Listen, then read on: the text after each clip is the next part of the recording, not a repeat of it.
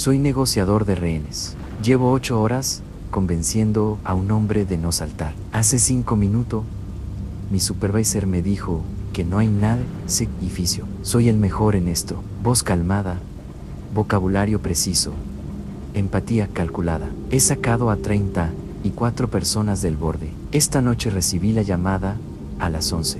Hombre en el piso 14. Amenaza de salto. Activé el protocolo. 8 horas hablando con él. Se llama Marcos. Tiene una hija.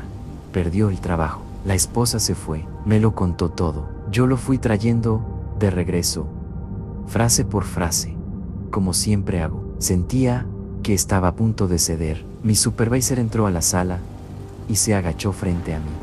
Despacio. ¿Cómo se le habla a alguien y a romperse? Me puso una mano en el hombro y me miró directo a los ojos con esa expresión. Los médicos ensayan frente al espejo antes de dar malas noticias. Necesito que me escuches, dijo en voz baja. El edificio lleva 2 años abandonado. No hay nadie adentro. Llevamos 8 horas intentando interrumpir la llamada y el teléfono no tiene señal entrante. Necesito que bajes el teléfono. Lo miré sin entender. Podía escuchar a Marcos respirando. Podía escuchar el viento del piso 14, el tráfico abajo, el miedo real de un hombre real, al borde de algo real. Mi supervisor no se movió. Siguió agachado frente a mí, los ojos fijos en los míos, esperando algo. Detrás de él vi a 2 compañeros, parados en el marco de la puerta, con la misma expresión, que no sabía cómo descifrar,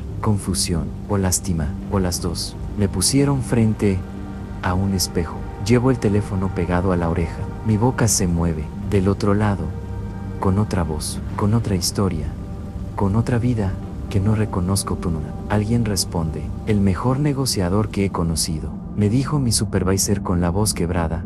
Siempre fui yo. El problema es que nunca he podido convencerme de bajar. Hace unos días discutí con mi esposa. Fue grave. Me dijo que tomaría decisiones. Fui al baño y me miré al espejo. Y él me devolvió la mirada y sonrió mientras yo lloraba. Todo empezó cuando mi esposa me dijo que estaba cambiando, que mis ojos ya no eran míos. Yo me reí, hasta que una noche, solo en el baño, sentí y vi por el rabillo del ojo, como el reflejo, levantó la mano antes que yo. No le di importancia. Al principio eran detalles. Parpadeaba cuando yo no. Sonreía cuando yo gritaba. Pero, una semana después de pleito, vi como mi reflejo forcejeaba con mi vecino. Pero el filo fue directo a su cuello. Lo expiró frente a mí, desde dentro del espejo. Fui a la cocina. Estaba asustado. Tenía las manos limpias, pero había manchas en el piso, y eran reales. Corrí al espejo, y le grité que parara. Él solo se acercó al vidrio, y susurró: ya es tarde. Tú eres el que ya no existe. Yo soy el que vive ahora. Siguió mi esposa, o eso creo, porque tuve que limpiar los cuchillos. El reflejo me guiñó un ojo, dirigió su mirada hacia ella, pero seguía respirando en la cama. ¿Quién soy yo realmente? ¿El hombre que ve? ¿O el monstruo desde el otro lado? No me creen nada. Dicen que miento. Hay mucha gente afuera. Gritan por justicia, y no sé qué más. Tienen pancartas con el nombre de ella. Y yo llevo creo que 4 días aquí. Mi cuerpo está entumido. No me puedo mover, y aquí los espejos no ríen. No se mueven antes o después. Solo me muestran un rostro desencajado, que ha aceptado todos los hechos. Estoy confundido. Creo que soy yo. Mi novio me llamó 14 veces mientras yo tenía el teléfono en silencio mientras cuidaba a Mateo, su hijo. Cuando lo encendí entendí que el monstruo de esta historia nunca fue él. Aprendí a leer sus episodios antes de que él los nombrara. La voz más lenta, los mensajes escuetos, el silencio que no es paz sino caída libre. Cuando eso pasaba, yo contestaba, siempre contestaba. Hoy puse el teléfono boca abajo y decidí que esta vez podía esperar. El segundo mensaje era un audio, su voz, pero con una calma demasiado ordenada, la calma de alguien que ya tomó una decisión. Decía que había encontrado el diario, que ya sabía. El diario existe, lo escribí durante 1 año. Ahí decía todo lo que le hice mientras lo cuidaba. Nunca lo he leído completo porque hay páginas con una letra que es la mía pero más apretada, más rápida. describiendo cosas que mi versión consciente no puede sostener sin romperse. Escuché la puerta abrirse, sus pasos, su voz en el pasillo. Las 14 llamadas no eran de alguien hundiéndose en un episodio, eran de alguien que había descubierto que el episodio era yo, que siempre había sido yo. Él ya está por entrar, y yo sigo sin recordar qué hice en las 3 horas que estuve sola con Mateo y el teléfono boca abajo. Mateo no respira. George me enseñó a marinar la carne antes de que yo supiera que la carne tuvo un nombre. Romero, tinto, 12 horas de reposo. Decía que era la receta de su padre. Que la paciencia y el buen ojo eran los ingredientes que la gente ordinaria siempre omitía. Yo lo escuchaba desde el otro lado de la cocina pensando que me había casado con el hombre más detallista del mundo. No sabía qué tan cierto era eso. El primero de cada mes George desaparecía 2 días. Cacería, me decía. Siempre volvía tranquilo, con esa calma específica de alguien que descargó algo que le pesaba. Volvía con carne. Siempre suficiente para la semana.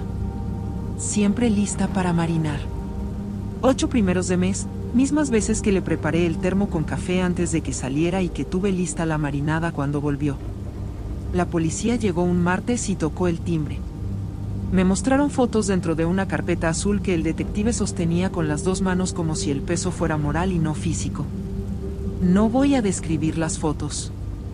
Lo que sí voy a decir es que en una de ellas reconocí algo. Un detalle. Un corte específico que George hacía de una manera particular, con una precisión que yo había admirado y que esa práctica tenía historia. Me lo explicaron durante horas. Una sociedad. Antigua.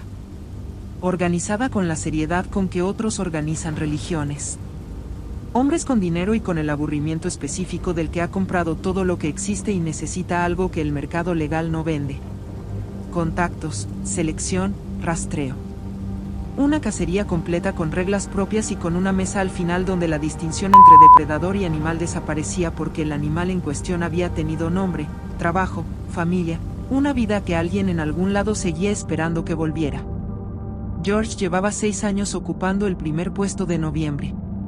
6 años. Antes de mí. Durante mí.